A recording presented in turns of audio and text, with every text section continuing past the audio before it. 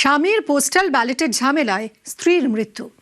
অভিযোগ, রায়গঞ্জে দৃষ্টিহীন এবং বিশেষভাবে সক্ষম এক বৃদ্ধকে ফাঁকা ঘরে ভোট দিতে বলেন বিএলও। বিজেপিতে ভোট দেওয়ার জন্য তিনি চাপ দেন বলে অভিযোগ। বিএলও অবশ্য এই অভিযোগ মানতে নারাজ। এই নিয়ে শুরু হয় ঝামেলা। অসুস্থ হয়ে পড়েন ভোটারের স্ত্রী, তিনিও দৃষ্টিহীন। হাসপাতালে নিয়ে গেলে তাকে মৃত ঘোষণা করা হয়।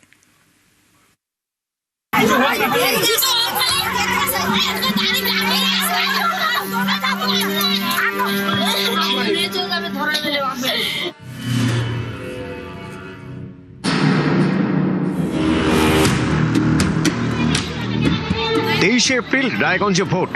তার আগে সোমবার থেকে পোস্টাল ব্যালটে ভোট শুরু। এই ভোট নিয়েই সোমবার অশান্তি, ভোটারের স্ত্রীর মৃত্যু।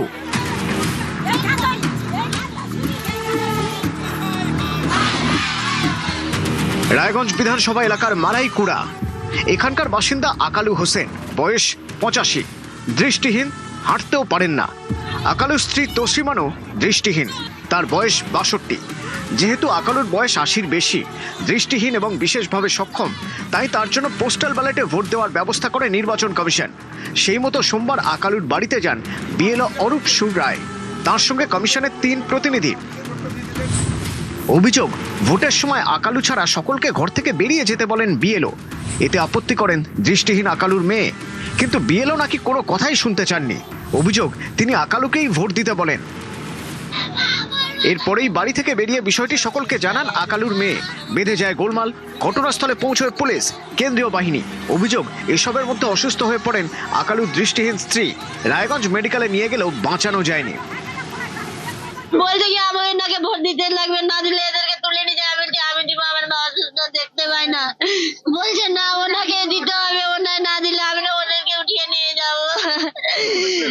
ওরা অফিসার গুলো বলেছিল, ওই ভয়ে তো আমার মা হিটো করে মারা গেছে।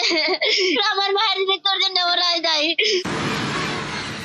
এই ঘটনার পর ক্ষোভে ফেটে পড়েন স্থানীয়রা। তাদের অভিযোগ, বিজেপির হয়ে ভোট চুরির চেষ্টা করছিলেন বিএলও, তাকে আটকে রাখা হয়। বন্ধ হয়ে যায় ভোট গ্রহণ। আমরা এরা যে ভোট করতে আসছে প্রথমত কোনো পার্টিকে জানায়নি, এখানে বুথ এজেন্টদেরও জানানোর চেষ্টা করেনি, কারণ ফাইন এরাই বিজেপির সবকিছু করবে। হঠাৎ করে আসছে, তাহলে কি এটা ভোট চুরি করতে আসছে? ওই বাড়ির লোককে বলেছিলাম আমি সকালবেলায় যে আজকে আসবে, ওরা বলছে যে কেন আমি আগের থেকে জানাইনি এদেরকে। ওদের সন্দেহ যে ভোট জানানো হয়নি, কোথায় পড়বে না পড়বে ওরা জানে না। আকালুর বাড়িতে যান রায়গঞ্জের তৃণমূল প্রার্থী কৃষ্ণ কল্যাণী। ধমক দেন বিএলওকে। আপনার কি ভোট দেওয়ার অধিকার আছে? তাহলে আপনাকে বাড়ির লোককে বের করে আপনার ভোটটা দিতে, বাড়ির লোক অন্ধ লোক উনি দিবে না, তাহলে আপনার অফিসে ভোটটা দিয়ে দিতেন বিজেপিকে, তাহলে তো কমসে কম প্রাণ হয়ে যেত না। আপনি বিজেপির কৃতদাস হয়ে এখানে কাজ করতে হচ্ছে, তো একদম মামলা হবে। ভোট নিতে আসছেন, কেন পরিবার ভোট দিতে পারবে না অন্ধ? ক্ষমতায় আসার জন্য মানে ভোটটা কেড়ে নেওয়ার একটা চক্রান্ত করতেছে, ষড়যন্ত্র করতেছে। আপনারা সজাগ থাকুন। এরা ছলে বলে কৌশলে ষড়যন্ত্র, এদের কাছে মানুষের মৃত্যুর কোনো মূল্য নেই। অবিরাম এখনই ওনাদেরকে গ্রেফতার করতে হবে। আমি যে প্রথম যে শুনেছি কি ওখানে অসুস্থ হয়ে গেছিলেন উনি, আমাদের টিম ভালো করে গিয়েছিল। ওনার এজ একটু বেশি ছিল, উনি আগে থেকে অসুস্থ ছিলেন। পোস্টাল ব্যালটে ভোট হয় কিভাবে? প্রথমে ভোটারের বাড়িতে বিএলও যান। রাজনৈতিক দলগুলির এজেন্টরা যেতে পারেন, আবার নাও যেতে পারেন। ভোটার বলে দেন তার হয়ে কে ভোট দেবেন। ভোটারের থেকে বিএলও প্রয়োজনে জানতে চাইতে পারেন, সংশ্লিষ্ট এই ব্যক্তি আপনার হয়ে ভোট দেবেন তো? এই ব্যক্তির উপর পূর্ণ আস্থা আছে তো? কোনো রকম চাপে পড়ে বা ভয়ে এই ব্যক্তিকে দিয়ে ভোট দেওয়াচ্ছেন না তো? ভোটার সম্মতি দিলে সংশ্লিষ্ট ব্যক্তি ভোট দেন।